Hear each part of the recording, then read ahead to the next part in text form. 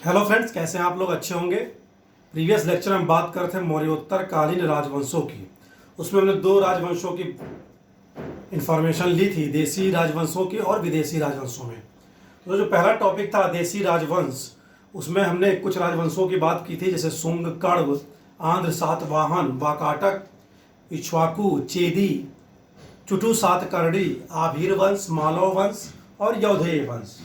तो इतने सारे देशी राजवंशों में हमने पहला एक टॉपिक कण्व वंश, सॉरी शुंग वंश, हमने क्या है समाप्त कर लिया था। आज जो बात करेंगे हम कण्व वंश की। ओके, कण्व वंश की स्थापना 75 बीसी में की जाती है। हालांकि एक बहुत लंबा इसका काल नहीं है, 75 बीसी कितना है, 30 बीसी तक है। तो कण्व वंश की जो स्थापना की जाती है, जो शुंगों का सचिव था वसुदेव, उसने अंतिम शुंग शासक देवभूति की हत्या करके क्या है, कण्व वंश की नींव रखता है। ओके, ज़्यादा बड़ा नहीं है, 2 लाइन का है, इसमें हम देख लेते हैं। तो मौर्योत्तर वंश में सबसे पहले हम बात करें किसकी,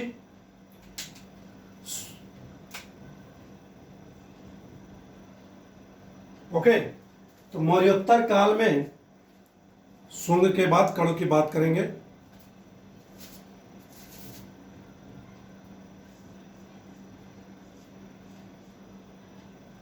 कण्व राजवंश,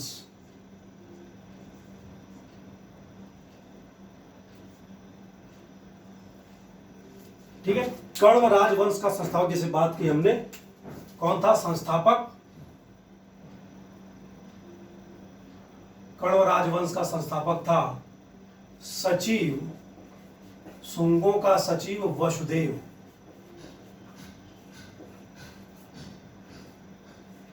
शुंगों का सचिव वसुदेव। ओके, शुंगों का सचिव वसुदेव।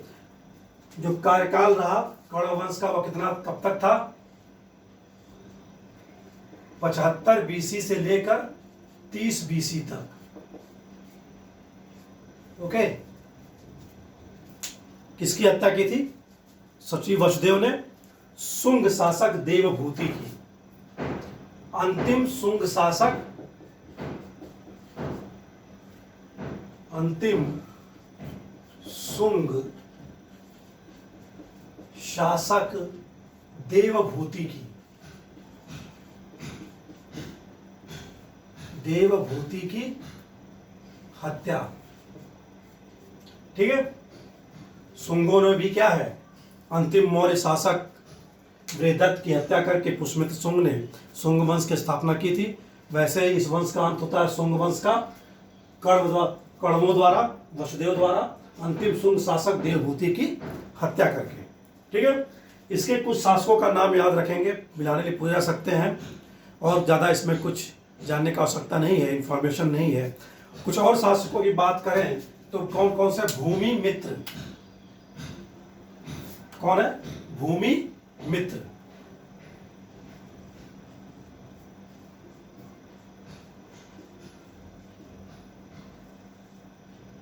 उसके बाद कौन शासक बनता है भूमि मित्र के बाद? नारायण, फिर सुशर्मन। नारायण, फिर सुशर्मन।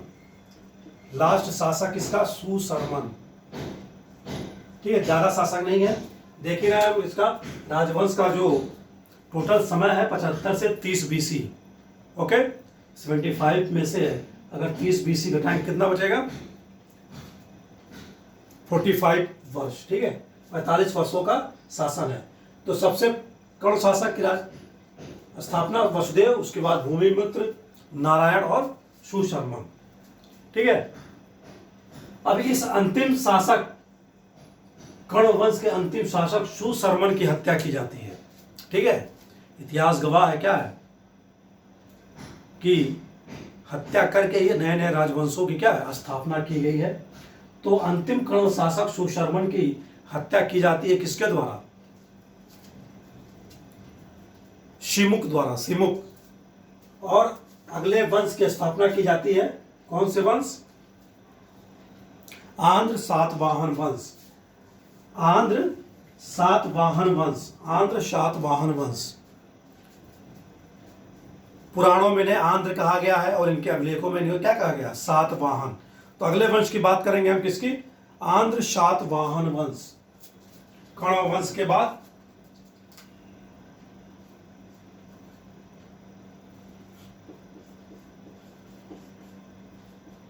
आंध्र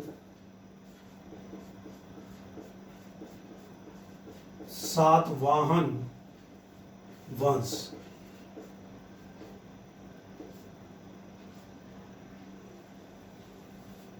तो पुराणों में इन्हें आंध्र कहा जाता है और इनके लेखों में इन्हें क्या कहता है, सातवाहन।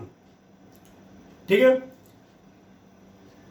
इनका जो कार्यकाल शुरू होगा 30 BC से लेकर 250 AD तक। कब से कब तक, 30 BC से लेकर 250 AD तक। ओके। और संस्थापक कौन है, सिमुक, सुशर्मन की हत्या करके सिमुक। इसका संस्थापक कौन है, संस्थापक की बात करें, संस्थापक है सिमुक।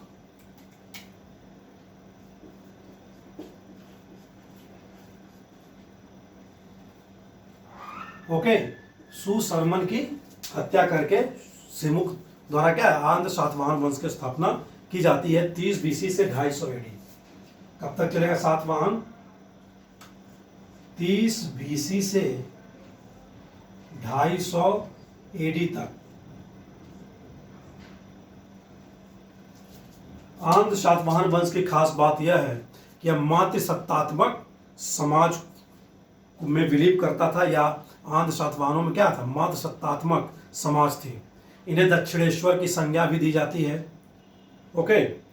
मातृ सत्तात्मक कैसे, क्योंकि इनके जो जितने भी शासक हुए हैं उनका नाम क्या था, अभी इसके बाद आगे बात करेंगे, अपनी माता के नाम से शुरू होते। जैसे कि सातकर्णी प्रथम की बात करें, हाल गौतमी पुत्र सातकर्णी की बात करें, वशिष्ठी पुत्र पुलुमावी की बात की जाएगी। ठीक है। शिव श्री सातकर्णी की बात होगी, यज्ञ श्री सातकर्णी की बात होगी। ठीक है। तो ये इसके जो शासक हैं आंध्र सातवाहन के, वे अपने नाम क्या क्या है, पहले अपने माता का नाम लगाते थे। ओके। ये तो बात हो गई इसके संस्थापक की और समय की। राजधानी की बात करें तो इसकी जो राजधानी है, एरिया है, जो क्षेत्रफल है टोटल, आंध्र सातवाहनों का क्षेत्र क्या था, Maharashtra plus MP, sorry Andhra Pradesh. कहाँ थे ये, महाराष्ट्र प्लस आंध्र प्रदेश। बड़ा क्षेत्र था, महाराष्ट्र प्लस आंध्र प्रदेश। राजस्थानी प्रतिष्ठान यानी कि राजधानी जो है वह कहाँ है, प्रतिष्ठान महाराष्ट्र में।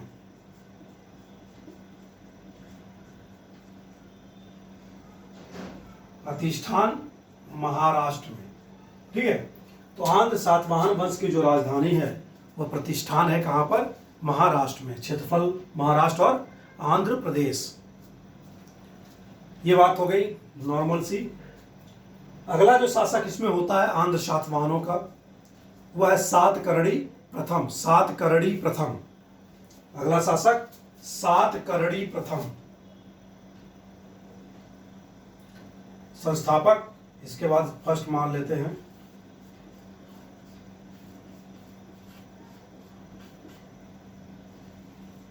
सातकर्णी फर्स्ट।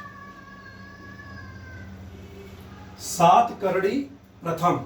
सातकर्णी प्रथम की जानकारी कैसे प्राप्त होती है, वैष्णव धर्म में भी हमने बात की थी इसकी रानी नागानिका की, जिसने क्या है अपने अभिलेख नाना घाट में कृष्ण और बलराम का उल्लेख किया था, पूजा करने का उल्लेख किया था। वैष्णव धर्म की जानकारी प्राप्त हुई थी। तो उसी अभिलेख से सातकर्णी प्रथम की क्या है जानकारी प्राप्त होती है। कौन सा अभिलेख है, नाना घाट अभिलेख। नाना घाट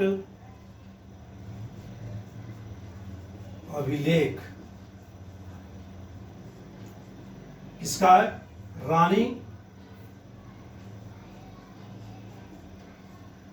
नागाविका का, रानी नागानिका का। ठीक है। रानी नागानिका। ठीक है। और क्या जानकारी प्राप्त होती है सातकर्णी प्रथम के बारे में नानाघाट अभिलेख से रिलेटेड? तो नानाघाट अभिलेख 1 BC का है। इसमें ब्राह्मणों व बौद्धों को भूमि अनुदान देने की बात की गई है। तो ये पहला ऐतिहासिक साक्ष्य है जिसमें क्या है, भूमि अनुदान का साक्ष्य प्राप्त होता है। ठीक है। तो क्या प्राप्त होता है कि 1 BC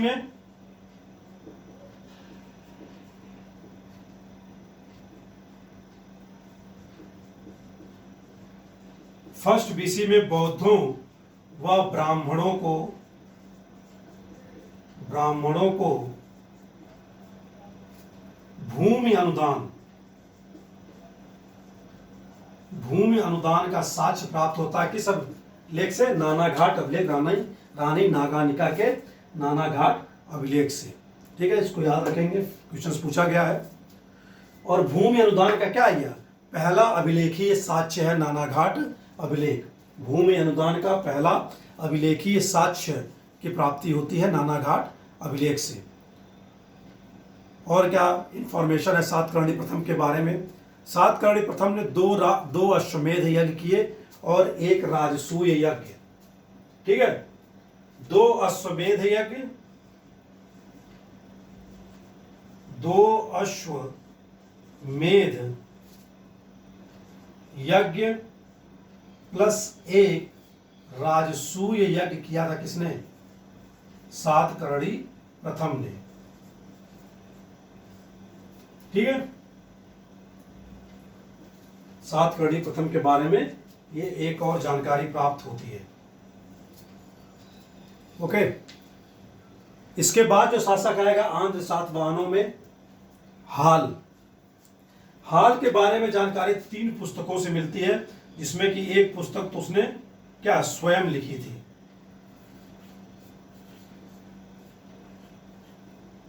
ठीक है, हाल के बारे में जानकारी प्राप्त होती है 3 पुस्तकें हैं, जिसमें से एक पुस्तक उसने क्या स्वयं लिखा था।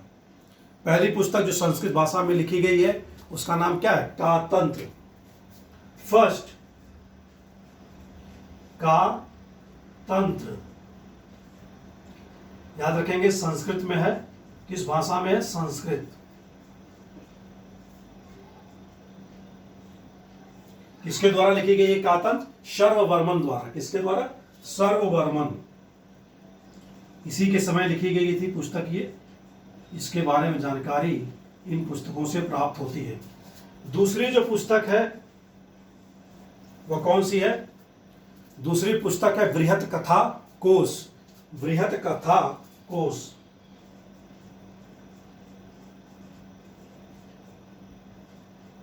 बृहत कथा कोश ये किसके द्वारा लिखा गया? गुणाढ्य द्वारा।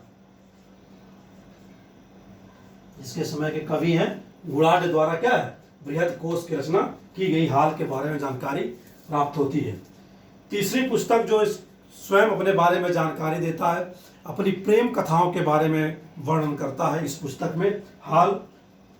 ठीक है, हाल अपनी प्रेम कथाओं के बारे में वर्णन करता है। किस पुस्तक में? गाथा सप्तशती।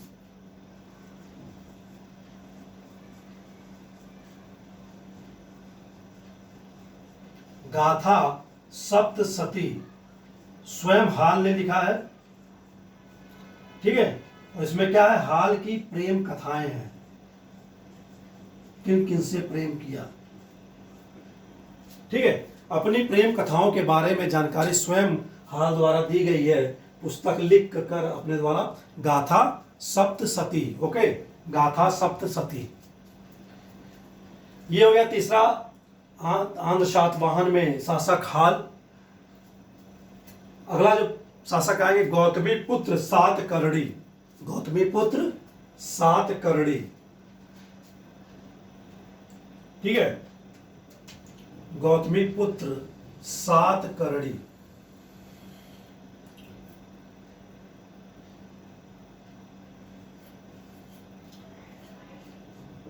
गौतमी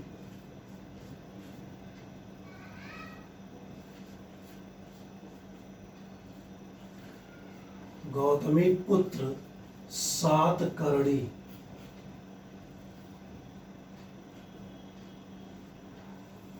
गौतमी पुत्र सातकर्णी के बारे में जो जानकारी प्राप्त होती है, ठीक है, नासिक अभिलेख से प्राप्त होती है, इसकी माता बलश्री से। कहेंगे सर कि यहाँ दो दो नाम माताएं आ रही हैं, गौतमी और बलश्री। तो पहले राजाओं की कई पत्नियां भी हुआ करती थी, ठीक है, उसमें से एक तो इसकी अपनी माता गौतमी और दूसरी बलश्री। तो नासिक अभिलेख से जानकारी प्राप्त होती है, इसकी माता का अभिलेख है, माता बलश्री का, और उसमें इसको एकमात्र ब्राह्मण बताया गया है, ठीक है।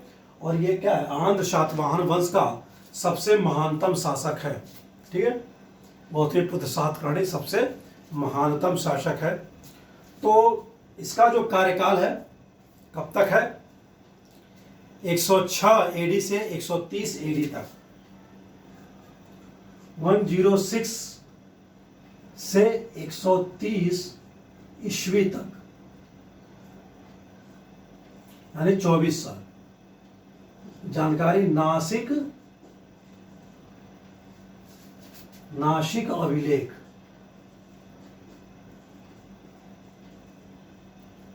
नासिक अभिलेख में क्या कहा गया, इसको क्या उपाधि दी गई है, एकमात्र ब्राह्मण।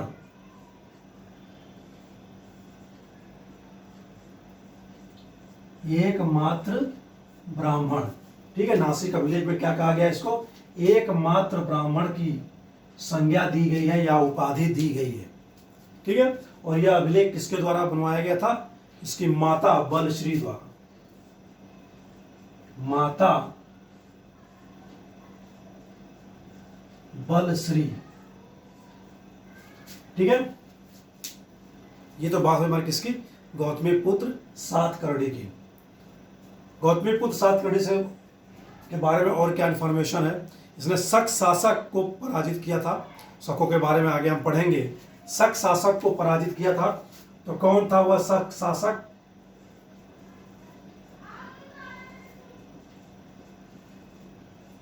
वह शक शासक था नहपान।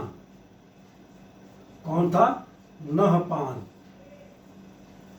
नहपान को क्या पराजित किया था इसने, या युद्ध में हराया था, ठीक है।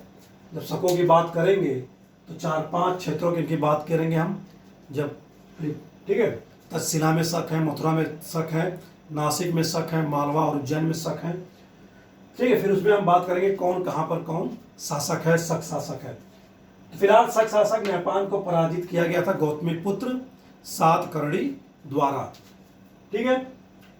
नासिक अभिलेख में एकमात्र ब्राह्मण, एक और उल्लेख है अद्वितीय ब्राह्मण।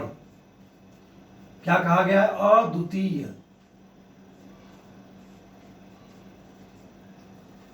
अद्वितीय ब्राह्मण की संज्ञा दी गई इसे, एकमात्र ब्राह्मण और अद्वितीय ब्राह्मण की संज्ञा।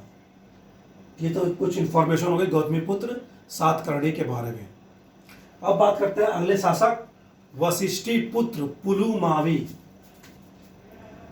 चौथा वशिष्ठी पुत्र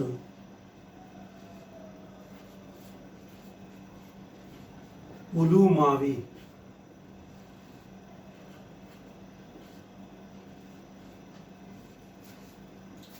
वशिष्ठी पुत्र पुलुमावी, ठीक है। इसका जो कार्यकाल 130 से 154 वर्ष ईस्वी तक, 130 से 154 ईस्वी तक, ठीक है। वशिष्ठी पुत्र पुलुमावी की, इसके बारे में क्या जानकारी मिलती है कि शक शासक रुद्रदामन को हराया, नहीं, इस रुद्रदामन ने इसे 2 बार पराजित किया था, ठीक है। शक शासक जूनागढ़ वाला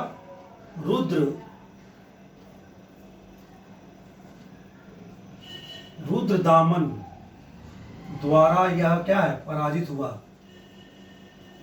हालांकि इसको बार बार छोड़ दिया गया, 2 बार, ठीक है, 2 बार पराजित किया गया। वशिष्ठी पुत्र पुलुमावी को क्या रुद्रदामन द्वारा छोड़ दिया। क्यों छोड़ दिया गया, कि जो आंध्र सातवाहन वंश थे, ये जो अगला शासक आएगा शिव श्री सातकर्णी व रुद्रदामन का क्या था, दामाद था, यानी रुद्रदामन की पुत्री का पति था। तो रिलेशन संबंध में क्या है, छोड़ देता था सगे संबंधी होने के नाते। ठीक है, तो अगला शासक कौन है, शिव श्री सातकर्णी।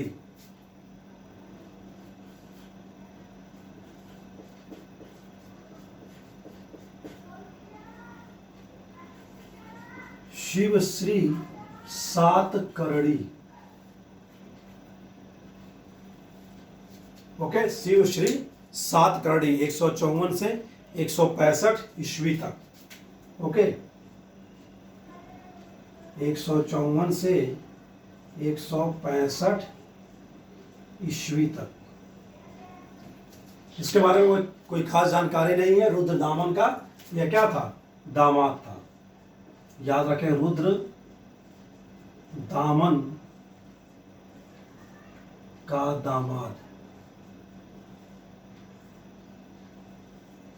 ठीक है, शक शासक रुद्र दामन का क्या था, यह दामाद था। ठीक है,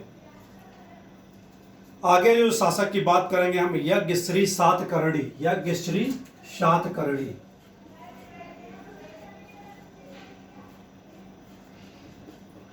यज्ञश्री सातकर्णी। यहाँ देख रहे हैं कि सबके नाम के आगे उनकी माताओं का नाम है।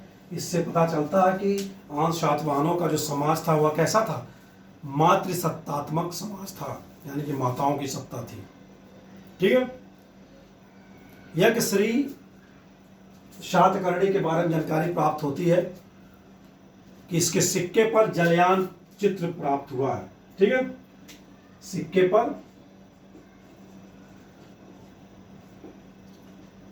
पर जलयान चित्र, यानी इससे पता चलता है क्या,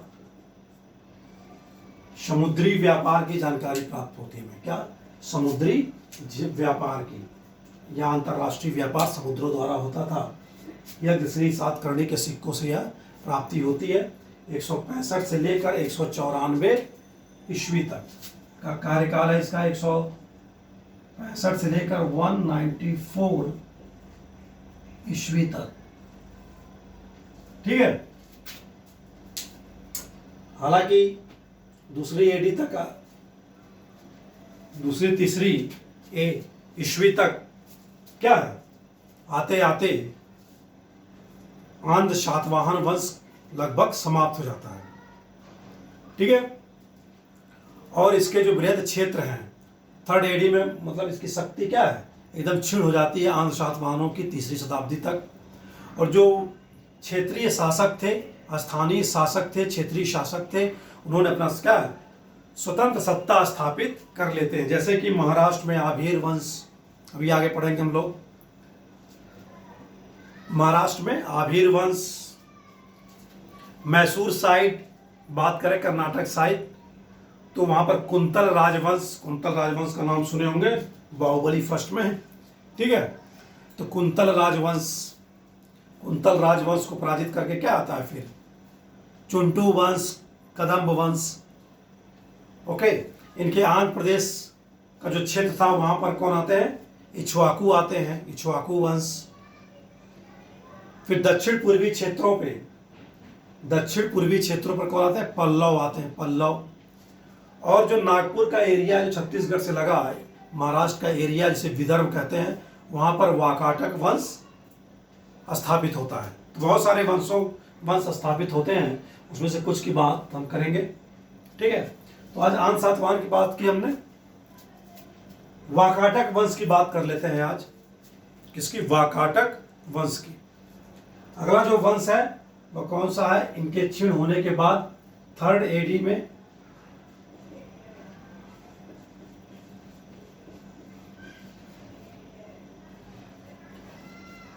वाकाटक वंश।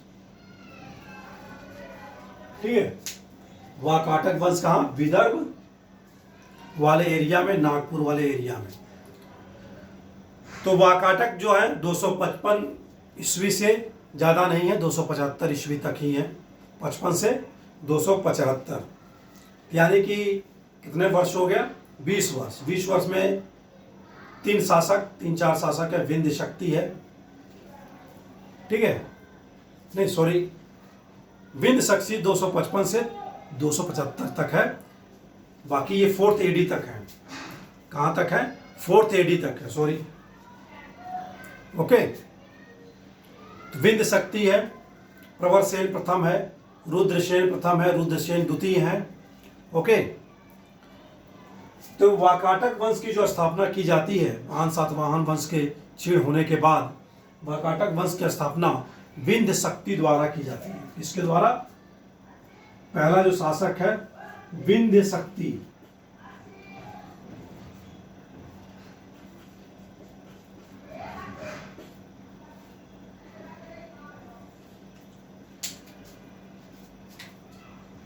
दो 255 से लेकर 275 ईस्वी तक, ठीक है, इसके द्वारा स्थापना की जाती है। और राजधानी कहाँ बनाई जाती है? नागपुर में। जो उसका पहले नाम क्या था नागपुर का? नंदीवर्धन। क्या नाम था? नंदीवर्धन।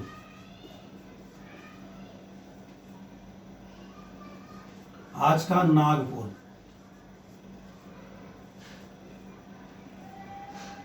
ओके, तो वाकाटक वंश की स्थापना विदर्भ क्षेत्र में, कहां पर? विदर्भ क्षेत्र, महाराष्ट्र का विदर्भ क्षेत्र। नंदीवर्धन राजधानी, आज का नागपुर, विंध्य शक्ति द्वारा स्थापित वाकाटक वंश। ठीक है, अगला जो शासक है इसमें प्रवरसेन प्रथम है। प्रवरसेन प्रथम, ठीक है। प्रवरसेन प्रथम के बारे में जो जानकारी प्राप्त होती है इसके कार्यकाल के 275 से 335 ईस्वी तक, ठीक है। 275 AD से 335 यानी कि 335 ईस्वी तक लंबा कार्यकाल है इसका। 35 इधर 25 इधर, तो कितना हो गया? 35 25 60 वर्ष, ठीक है। 35 और 25 कितना हो गया? 60 वर्ष का कार्यकाल है किसका? प्रवरसेन प्रथम का। इतने बड़े कार्यकाल में क्या प्रवरसेन प्रथम 4 अश्वमेध यज्ञ कराता है। ये क्वेश्चन पूछा गया है, 4 अश्वमेध यज्ञ किसके द्वारा कराया गया? 4 अश्वमेध यज्ञ। क्या होता है अश्वमेध यज्ञ? इसकी चर्चा हमने की थी उत्तर वैदिक काल में। अश्वमेध, अश्व मतलब घोड़ा, मेध मतलब बलि देना, घोड़े की बलि देना। यज्ञ कराया गया, उसमें घोड़ा पूजा जाता था, जिसे छोड़ दिया जाता था। जहाँ जहाँ जिस जिस राज्य में जाता था, अगर वो राजा अधीनता स्वीकार कर लेता है तो ठीक है, नहीं तो क्या है, अगर घोड़े को पकड़ लेता है तो क्या होता था? युद्ध होता था, ठीक है। इसीलिए होता था अश्वमेध यज्ञ अपने राज्य विस्तार के लिए। इसके बाद 4 अश्वमेध यज्ञ कराए गए। रुद्रसेन द्वितीय, रुद्रसेन प्रथम भी है, कोई जानकारी नहीं है, लेकिन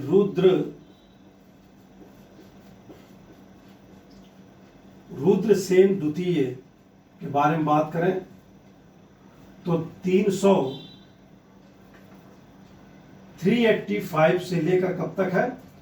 395 तक, सॉरी 390 तक, ठीक है। 385 से 390 यानी 5 वर्ष का कार्यकाल है इसका। रुद्रसेन द्वितीय, इसने खुद एक रचना की है। रुद्रसेन द्वितीय ने एक पुस्तक लिखी है, सेतुबंध। कौन सी पुस्तक? सेतुबंध।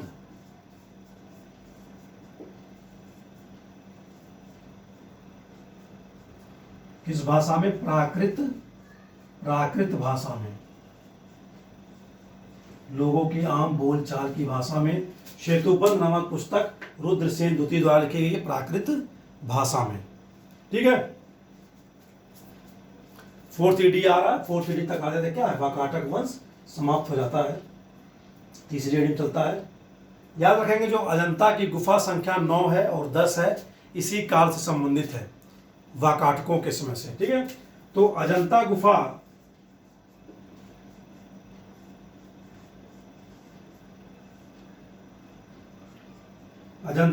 की गुफा नंबर 9 व 10 का संबंध किससे है? वाकाटकों से है। वाकाटक वंश के कार्यकाल से संबंधित है। ठीक है, याद रखेंगे इसको। ये 3 वंशों की आज हमने बात की थी। कुछ जो छोटे मोटे वंश बच गए हैं उसके हम बात नेक्स्ट वीडियो में करेंगे। आज के लिए इतना ही। नमस्कार। Thanks for watching the video.